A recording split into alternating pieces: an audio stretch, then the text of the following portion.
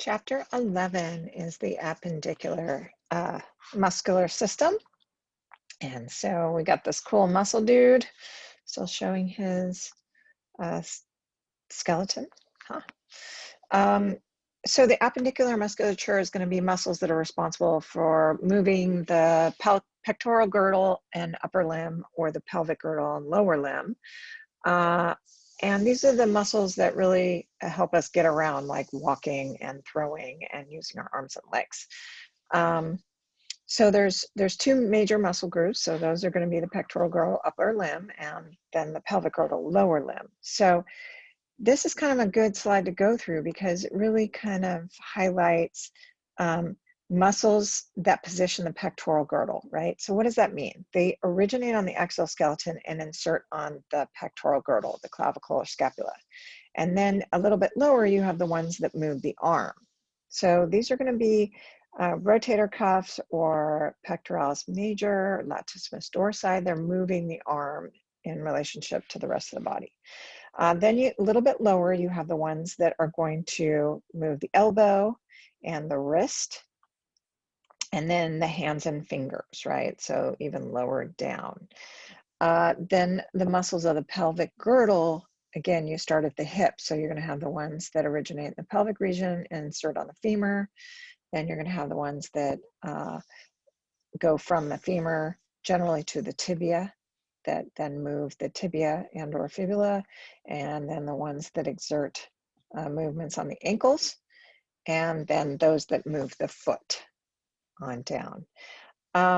It's important to understand that muscles have lines of action, and so those lines of action are always going to be in the direction of the muscle fibers. So it says direction of pull, but it's really direction of muscle fibers.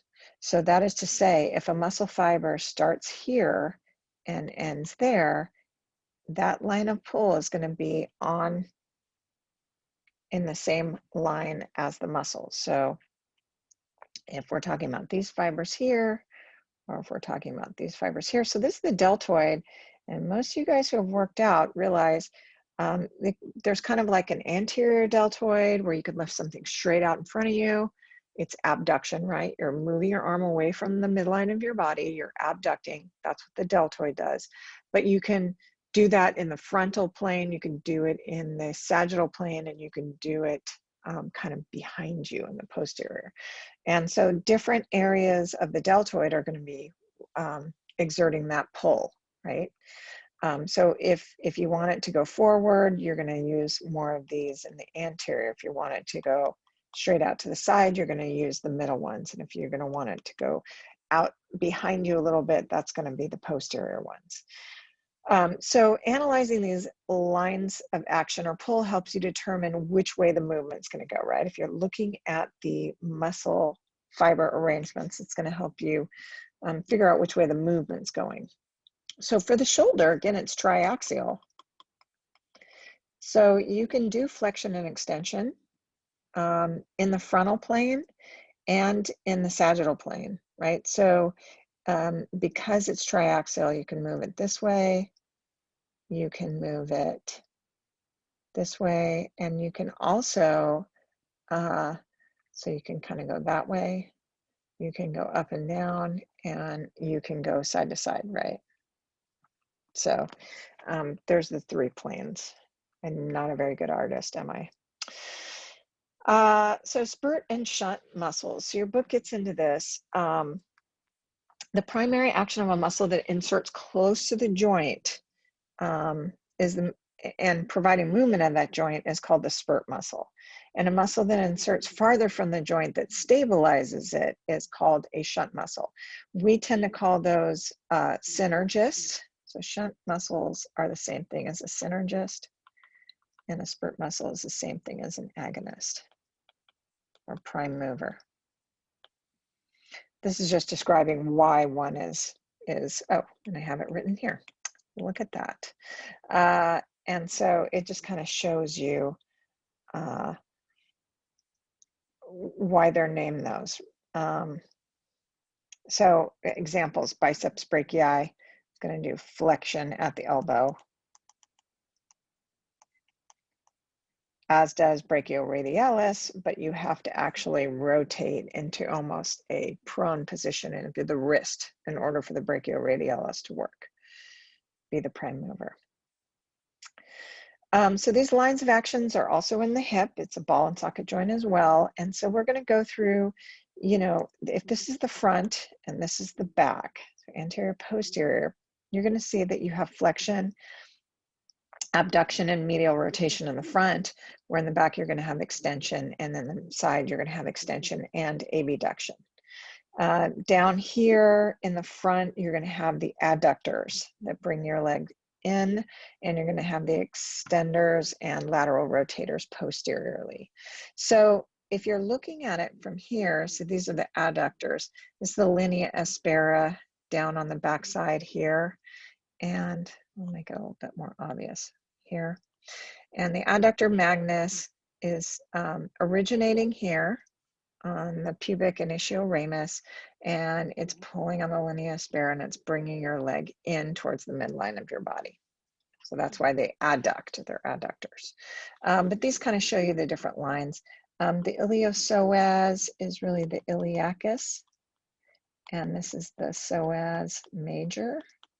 And so once it kind of crosses this inguinal ligament here, it inserts on the same location, and that's then when we start referring to it as the iliopsoas.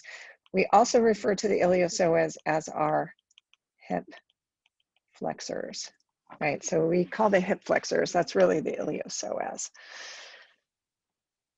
All right, so let's go back to the muscles of the pectoral girdle and upper limbs.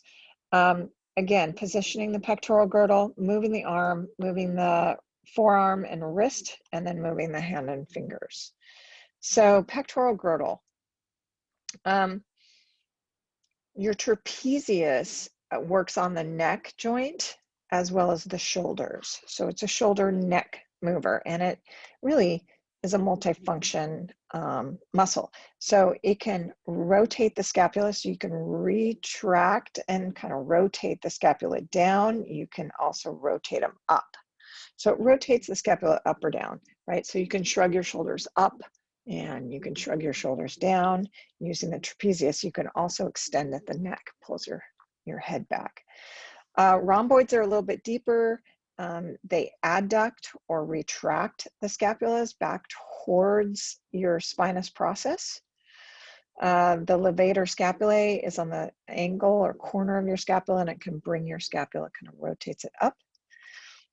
These are all on the posterior surface.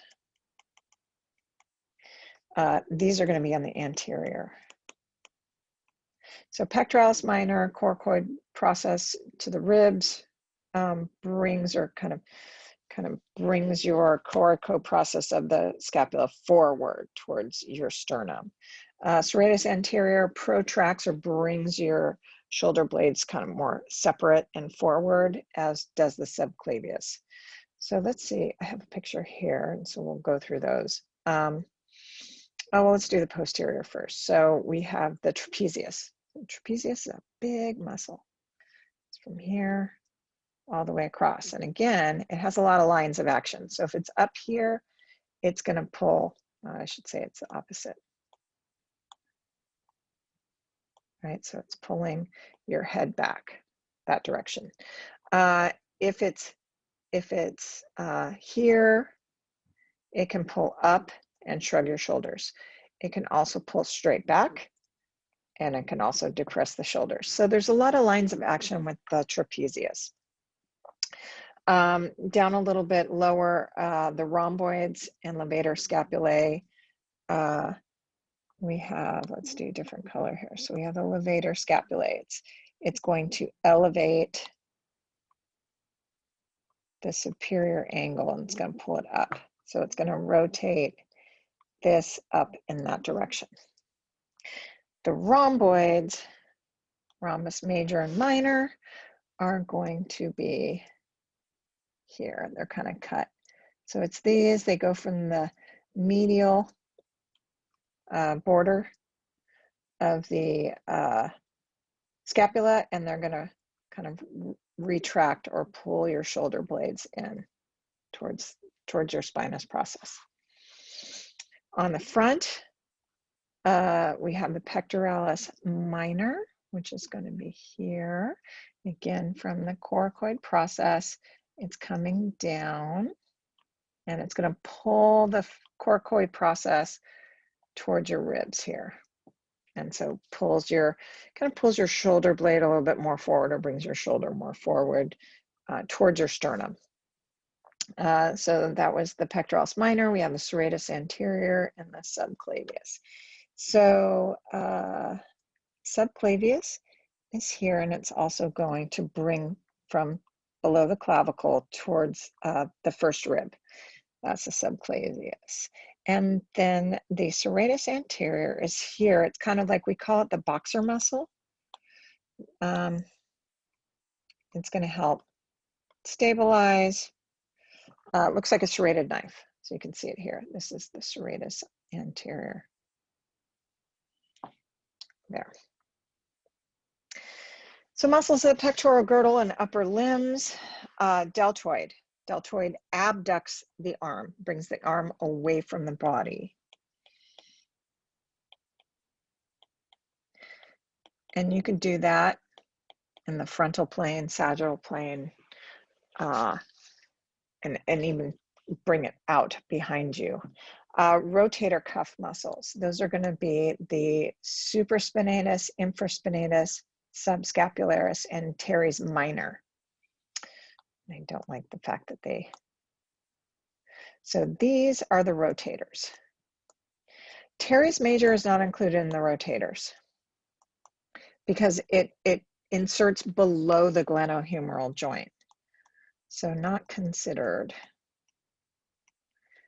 a rotator.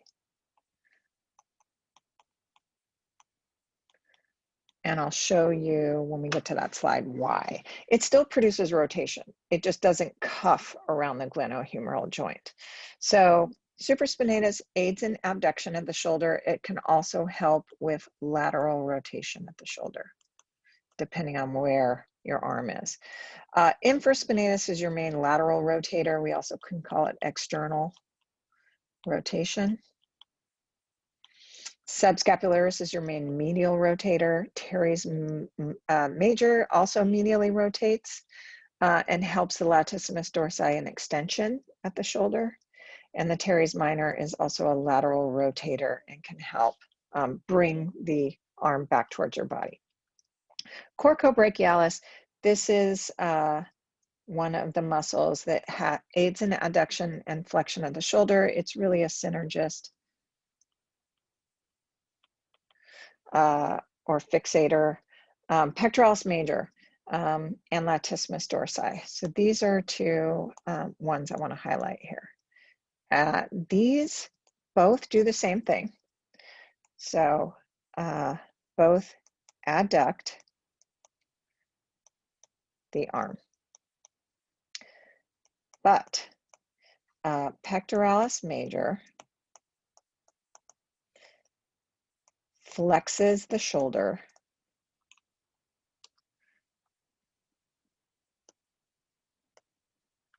when the arm is already adducted. So if here's a person, and that's anatomical position. If I take that person and their arms go out to the side, right? This arm is abducted. Now, from here, if I were to bring my arms together forward, so I'm going to do this, I'm going to go like this, and you bring your arms forward now. This would be flexion. If I were to bring my arm back out to this position, that would be extension. So when our arms are out to the side, we can flex and bring the arms forward in the frontal plane towards each other, or we can bring them farther apart, back out. That would be extension. And so the pectoralis major adducts the arm, as does the latissimus dorsi. But the pectoralis major will flex the shoulders, and it can aid in medial rotation of the arm, bringing the thumb in towards your body. Whereas the latissimus dorsi, instead of flexes the arms when they're abducted, it extends the arms back and also aids in medial rotation at the shoulder. So they're synergists, they work together in adduction and medial rotation, but the pectoralis major is an anterior muscle and it's going to pull your arms in forward because it originates on your sternum. And so it's going to pull your arm towards each other, towards the sternum. The latissimus dorsi originates along your vertebral column and inserts on the arm or humerus. And so it's going to pull your arms back towards your spinous processes or towards the midline of your back. So let's take a look at those. Okay, so pectoralis major again. Here we have the origin of the pectoralis major along the sternum, a little bit of your clavicle here, and it's going to insert kind of on the medial aspect of your humerus. And so it's a convergent muscle, so depending on which part of the pectoralis major you're using, you're going to, I should have those arrows going in the opposite direction. So let's retry that, right? Because here's the origin. It doesn't move. So it's pulling the arm this way. My bad. I'm not used to doing lecture this way. I'm used to using my body and showing you guys. So it's going to pull the arm that way towards your sternum. It also can, since it's inserted in the arm, pull it down into adduction, right? And then this would be flexion. It can also kind of rotate a little bit, so that would be medial rotation. So that's pectoralis major. Let's see, and then let's get to the rotators. Well, we have some rotators on this side, so let's talk about this. They remove the ribs, and so the entire anterior surface is the subscapularis, and it inserts, and so it originates here on the medial, kind of on the anterior medial border, and it inserts on the medial aspect of your humerus. And so its line of action is going to be pulling the arm that way. And so that would be medial rotation because it's rolling the arm forward and in. And so this is medial or internal rotation. So that's a subscapularis. The coracobrachialis from the coracoid process to the brachium, not a really big muscle. And so I don't really go over that. It's more of a synergist and a fixator. But the teres major does help with rotation. So the teres major and the subscapularis both kind of originate on the scapula and insert on the medial aspect of the humerus. But as you can see, it inserts really below this glenohumeral joint. So this would be considered the glenohumeral joint or rotator cuffs. So this is the cuff, and it's below that, but it still brings the arm forward into medial rotation and adduction. Looking on the back side, we have the latissimus dorsi. Again, inserts on the humerus, originates along, and by the way, latissimus dorsi means wide back, right? So dorsi is back, latissimus means wide. And yes, it is wide on your back. It's another one of these muscles that's going to pull the arm back towards your spine. So it's going to adduct and also medially rotate. But this right here would be extension. Arm at shoulder, right? Because it's pulling your arm back. On the rotator cuff side, you have the supraspinatus and the supraspinous fossa. It kind of inserts there laterally. You have the infraspinatus, which also inserts on the lateral side. And then the teres major or minor, yeah. teres minor right here, also lateral. So these all insert laterally. And so they're all going to pull this way, and it's going to rotate the humerus this way into lateral rotation. So these right here are all lateral rotators or external rotation. Teres major down here is going to be medial rotation, remember, because it inserts medially.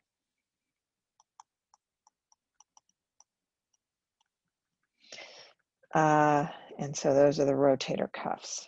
So we went through all of those. All right, so muscles that move the forearm and hand.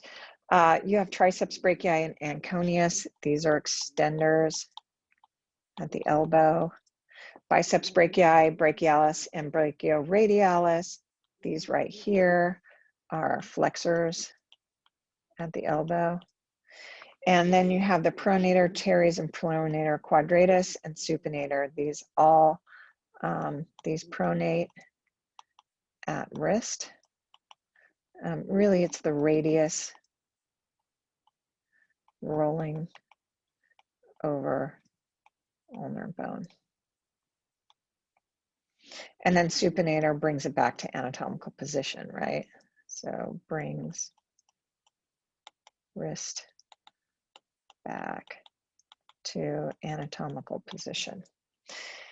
Then we get to these are all acting on the wrist, right? So flexor carpi radialis, it's gonna flex the wrist and can do some abduction or bring the wrist out. Palmaris longus flexes at the wrist, and flexor carpi ulnaris also flexes at the wrist, but also adducts, right? Because if you're in anatomical position, you look down at your arm, the flexor carpi ulnaris goes to the pinky and is on the lateral side, so it can adduct your hand or bring your pinky inward. And the flexor carpi radialis is on the lateral side, straight up from your thumb, and can kind of abduct or bring your thumb away from the body. They both can flex or bring your hand up and closer to your body. The extensors, extensor carpi ulnaris and extensor carpi radialis longus and brevis, they are on the posterior surface of your hand and they bring your wrist into extension. So looking at this, so your biceps brachii, one of the origins is going to be the coracobrachialis, the coracoid process, and the other is going to be the supraglenoid tubercle. Then it goes through the intertrabecular groove and down the front as well. So both heads come down, they insert on the radius, and they will swing your arm up into elbow flexion. I just kind of want to draw these backwards, right? So they're actually exerting pull that way, because these are the origins, and origins don't move. Insertions move. And so the brachioradialis is really the big muscle underneath the biceps brachii. It's kind of not showing you the brachialis. It actually runs the entire distance up here. It originates on the humerus. It is deep to the biceps brachii. And then the brachioradialis originates on the radius, or originates on the humerus and inserts on the radius. And this is an elbow flexor, pulls up into flexion when your hand is in a neutral position. So you kind of do a hammer fist with your hand. If you want to flex your elbow with your hand in this position, the brachioradialis is what makes that happen. Triceps brachii, these are extensors. So elbow, they are posterior. Triceps brachii is 3 heads, as well as the anconeus. You can't see the anconeus here. Pronator teres. So it's going to pull the radius and roll the radius so your thumb flips over and you pronate your hand, so it would move this way. There's a pronator quadratus here, and that also. So it's pronating or rotating your hand that way into pronation. Flexor carpi radialis, Palmaris longus and flexor carpi ulnaris, again, it's going to flex, right? So you have flexor carpi radialis pulling this way on your carpals, and they're going to flex and bring your hand up towards your forearm. Backside triceps brachii and the anconeus, they all extend at elbow. And so infraglandine tubercle, and you have scapular origins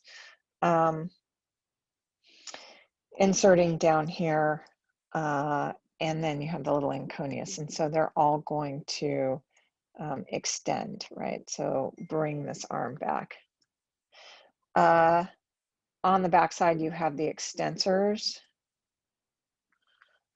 These ones are going to extend or pull up. So you have the extensor digitorum. This has the tendons that go to the digits. On the back of your hand, it's kind of the things that pop up that you see. Those are the tendons right there on the back of your hand. And the extensor digitorum is the main extender in the back. But on the sides, you do have the extensor carpi ulnaris that pulls up, and here's the flexor, right? And then you have the extensor carpi radialis longus, and then there's the brevis, and it's deep, so you can't really see it. Then you have the adductor pollicis longus. These are going to abduct your thumb, and extensor pollicis brevis, so it also extends the thumb. So pronators and supinators, if we strip away all of the wrist muscles, you're going to see that the pronator teres, again, is going to pull in that direction and basically have it so this thumb is going to roll over, right? And so it's going to roll this way, and it's going to go from this position to this position, and this is pronation. So it rolled over there. With supination, supinators are kind of originating on the back, and they're going to then roll the radius back and flip it back over into supination. So they kind of crisscross each other, and they're really all about just moving the radius, right? So this is the radius, and this is the radius. So it's all about rolling the radius over the ulnar bone. Good news is we're not going to really talk about the muscles that move the fingers, but pollicis, obviously, that is moving your thumb, and if it's an abductor, it moves your thumb out away from your body. Extensor digitorum extends the digits. Oops, sorry about that. You guys are getting to see all kinds of things. Extensor pollicis longus and brevis extends thumb. Indicis is going to be your index finger, right? So number 2. Minimi is going to be your pinky. So it'd be number 5. And then flexor digitorum superficialis and profundus is going to flex in the front. And you also have the flexor pollicis longus. So I'm not going to test you on any of these muscles of the hands, but they are really named for what they do and what finger they go to. So these kind of go through all the hand muscles. One thing I want to mention is you have what is called a flexor and extensor retinaculum. They're these kind of sheets of fascia that kind of lock down all the tendons, right? So this is the extensor retinaculum is going to be posterior, and the flexor retinaculum is going to be anterior, and they just kind of make sure that all of the, and here's the flexor retinaculum, all of the tendons are staying in their kind of little zone there. They're synovial tendon sheets, and so they can get irritated, which can cause inflammation, right? And part of that carpal tunnel syndrome is involving these areas. So pelvic girdle and lower limb, these are going to be the muscles that move the hip, knee, and ankle, right? So those joints involving the hip, knee, and ankle. So the hip, right? So thigh or hip. You have the gluteals. You have the lateral rotators that are kind of deep to the gluteal muscles. You have the adductor, those are your inner thigh. And the iliopsoas, we call those the hip flexors. The gluteals. You have a gluteus minimus and medius. These are deep to maximus. The gluteus maximus is really responsible for hip extension. And so in order to line up the gluteus maximus to have the fibers in alignment to pull on a bone, you have to actually go into hip flexion in order to then line up your gluteus maximus to do hip extension. And so that's why you always have to squat down, and then you're pushing a squat bar up, because when you're squatting down, you're in hip flexion.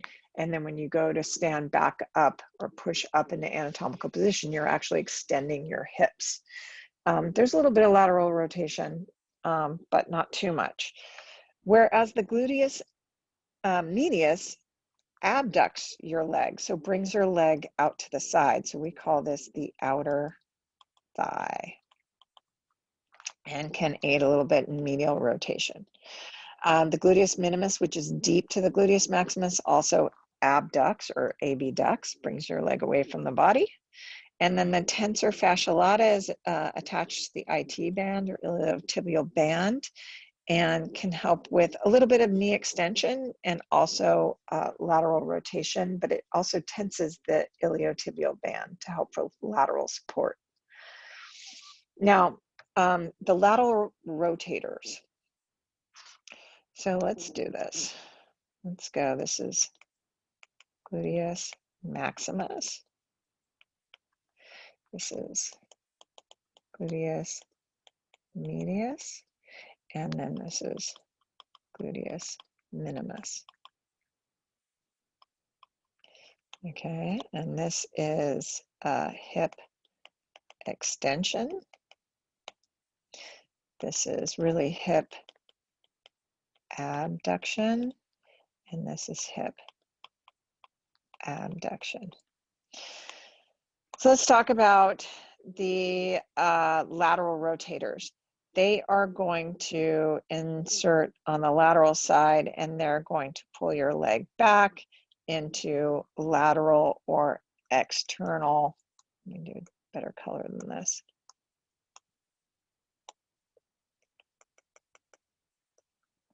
Rotation. And what does that mean? It basically means it pulls your leg out.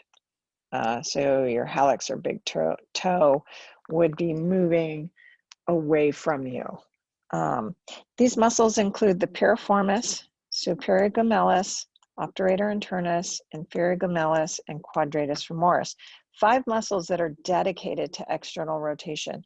We tend to stand a little bit in external rotation because with your feet slightly out at a diagonal in external rotation rather than straight in front, you're more stable, right?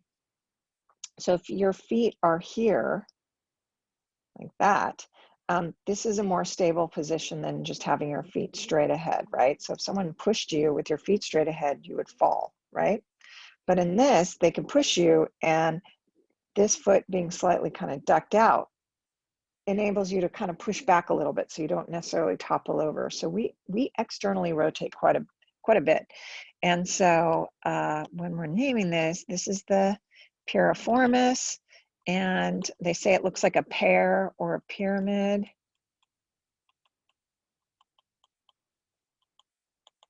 Right? Then you have the superior gemellus, the obturator internus, right? It's coming through the obturator foramen right there. And then the inferior gemellus, and this is a quad shaped on the femur. So it is the quadratus, oops, femoris. They all are going to pull into external or lateral rotation. The thing about this is you have something called the sciatic nerve, and the sciatic nerve actually comes out right here between the piriformis and the superior gemellus. So this would be sciatic nerve. And so if these external rotators get really tight, it kind of squishes right here and kind of makes your nerves unhappy.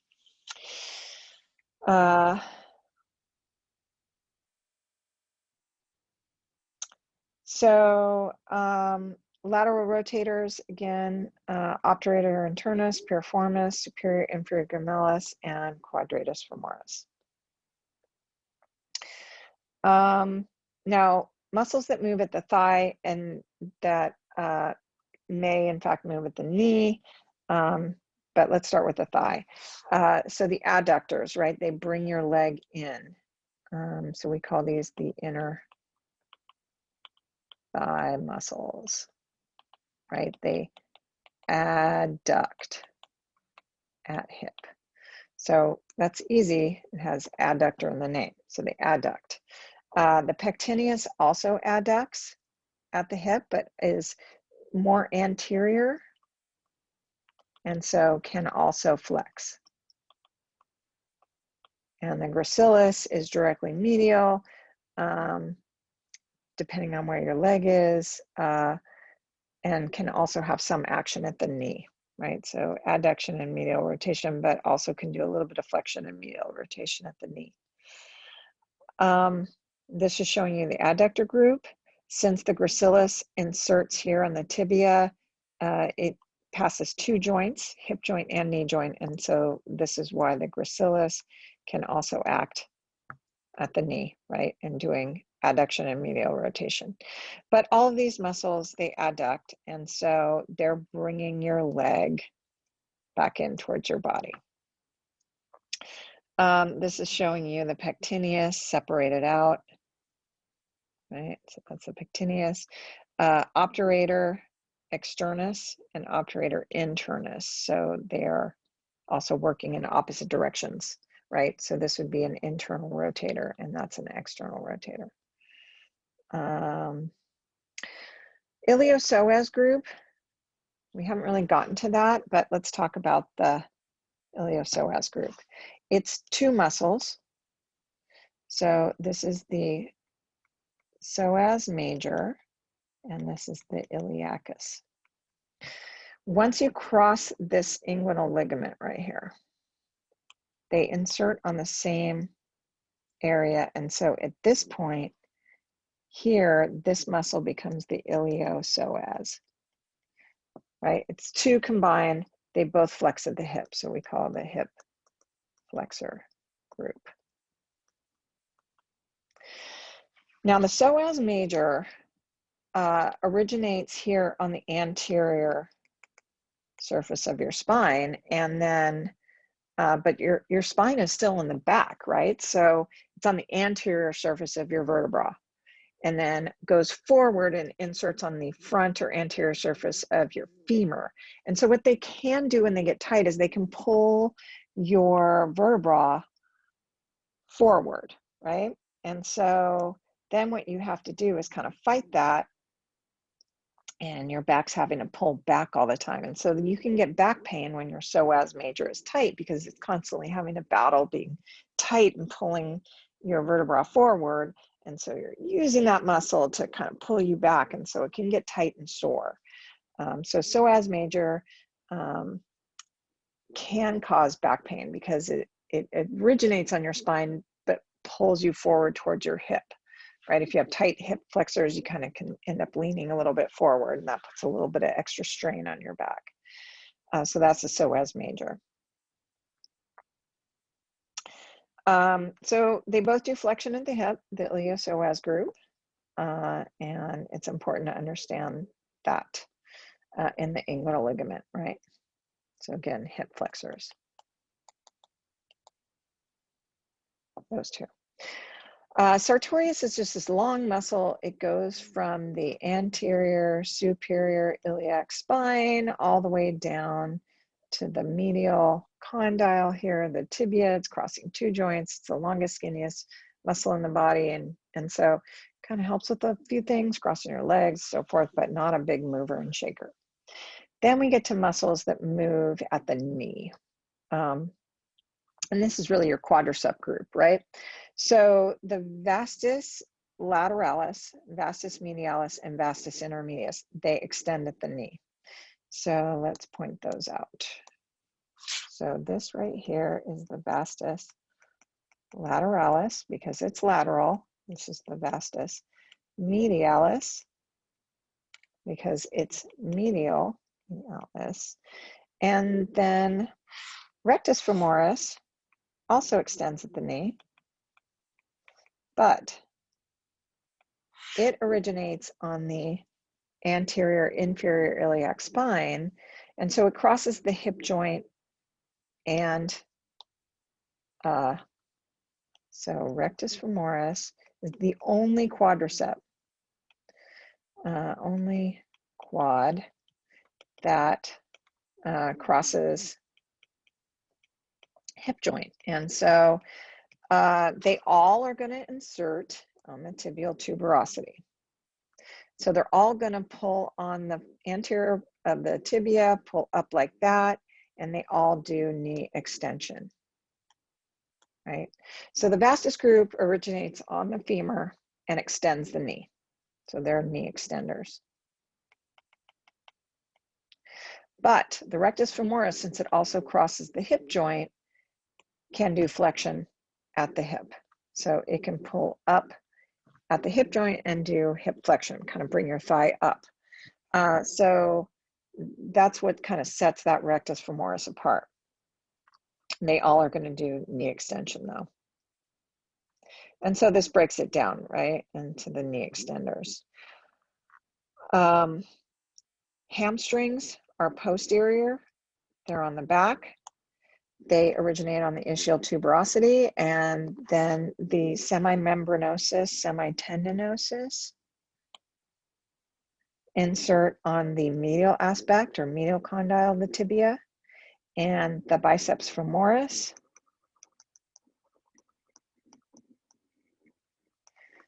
insert on the fibular head lateral side. They both, or they should say, they all originate on the ischial tuberosity. So all of them originate here, and then they just insert in different spots depending on the ones. So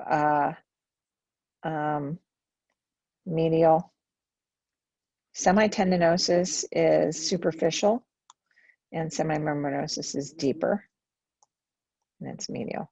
And then the biceps are lateral.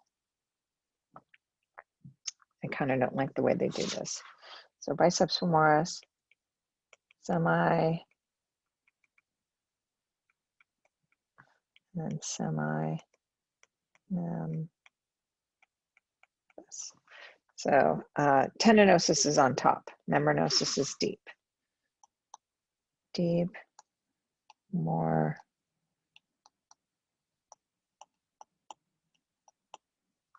superficial. They all flex at the knee.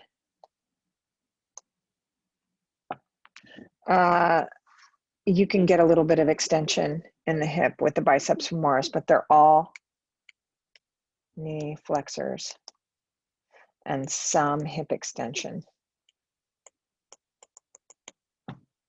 We tend to pull our hamstrings. They're, if you notice, they're smaller, skinnier muscles than, say, the rectus femoris.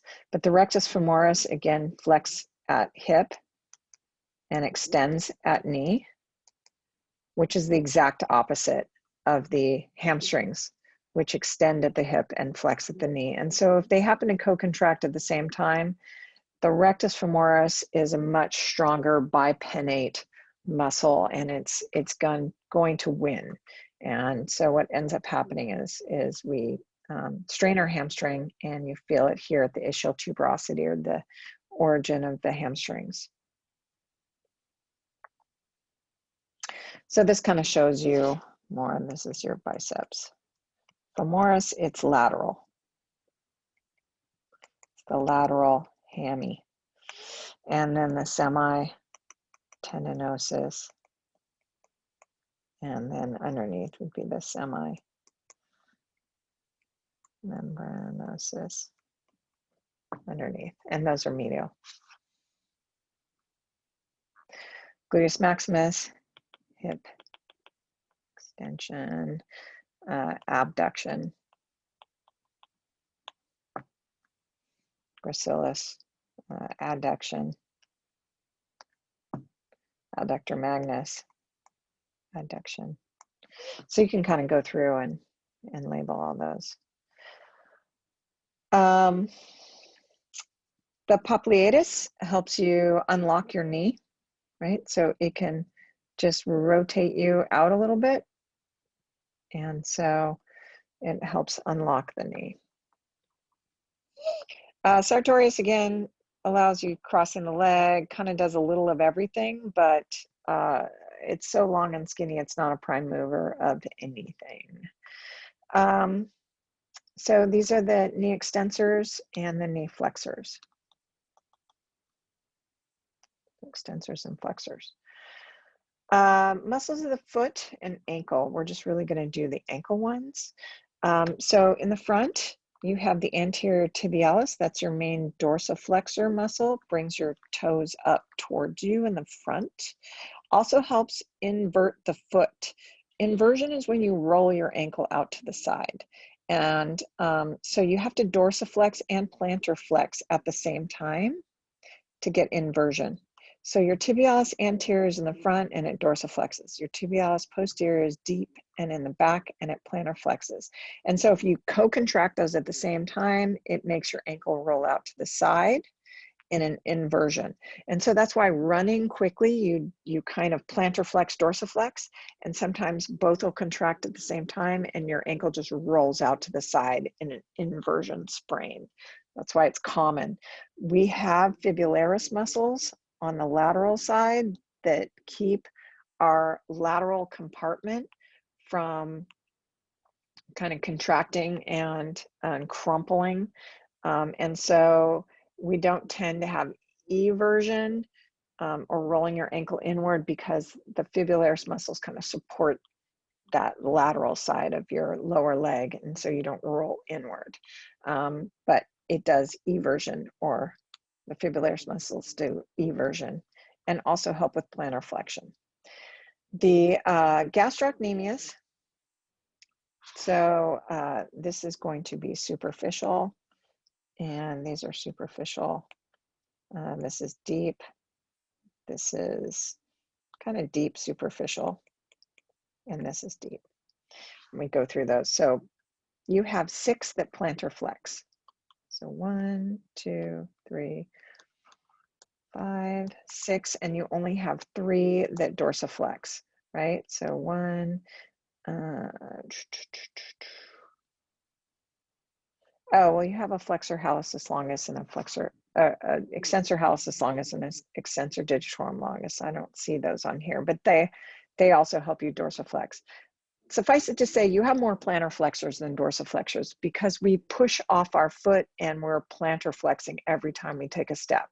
You don't necessarily have to dorsiflex or pull your toes up in order to walk somewhere, right? So we spend more time in plantar flexion to push off the ground than we do to pull our toes up. The only time you're actively dorsiflexing, is when you're running down a hill. So when you're running down a hill, you're in active dorsiflexion, trying to slow your movement down. And that is why we get shin splints, or the front of our shin hurts. That tibialis anterior, it's the only muscle that supports the front of the shin. And when you're actively dorsiflexing, it can really strain that muscle and cause shin pain. So let's look at these. Here, this is lateral and this is medial. And so we're going to have the fibularis. They used to be called the peroneals, but this is your fibularis longus here. That's showing you this one. It goes from the head of the fibula, and then the tendon actually goes underneath the lateral malleolus and inserts here on your 5th metatarsal. Then you have the extensors. So the extensors are really dorsiflexors.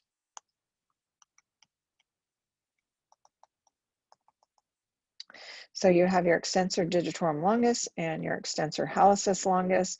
Obviously the hallucis goes to the big toe and the extensor goes to the digits, and they all dorsiflex. So tibialis, anterior dorsiflexes, and the extensor digitorum longus and extensor hallucis longus dorsiflex.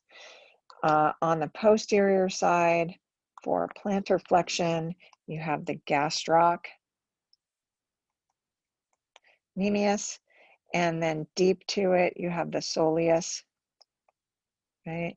And they all tie in to your calcaneal tendon here. So the gastrocnemius and soleus, and really, really deep will be the plantaris. You can't really see it. If these are the ones connected to the calcaneal tendon or the Achilles tendon, deep to that, you're going to have the tibialis posterior, and it's going to be deeper, and it's going to actually not be attached to the calcaneus. So let's look at these. This is going to be the posterior. So we took off the gastrocnemius in this, and you can see the tibialis posterior.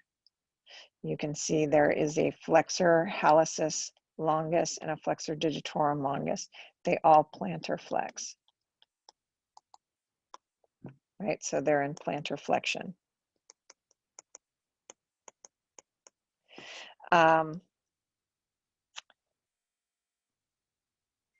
In the front, you're going to have the dorsiflexors.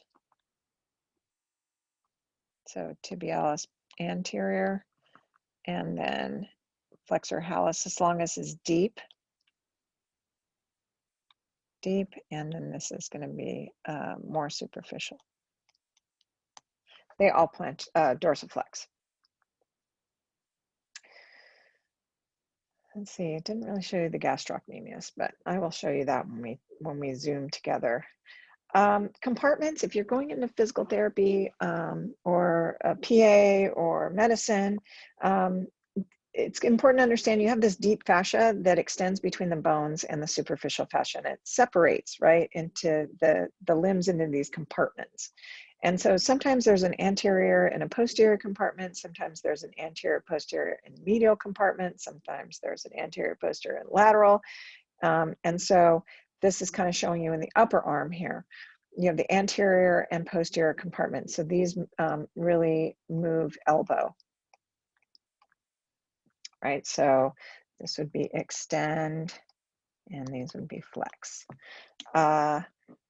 Forearm, a little bit lower, below the elbow, you're going to have anterior, lateral, and posterior. So posterior is really the extenders, and these would be the flexors. And then you also have the pronators and the supinators. And then the lateral compartment can do ab or adduction.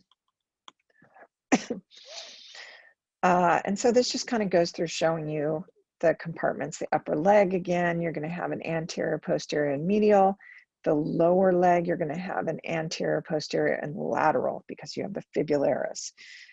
And so these compartments are important because they have nerves that are included in these compartments. And if you have swelling or muscle tissue damage in one of the compartments, it's going to impact those other muscles in that compartment and the nerves that run through those compartments.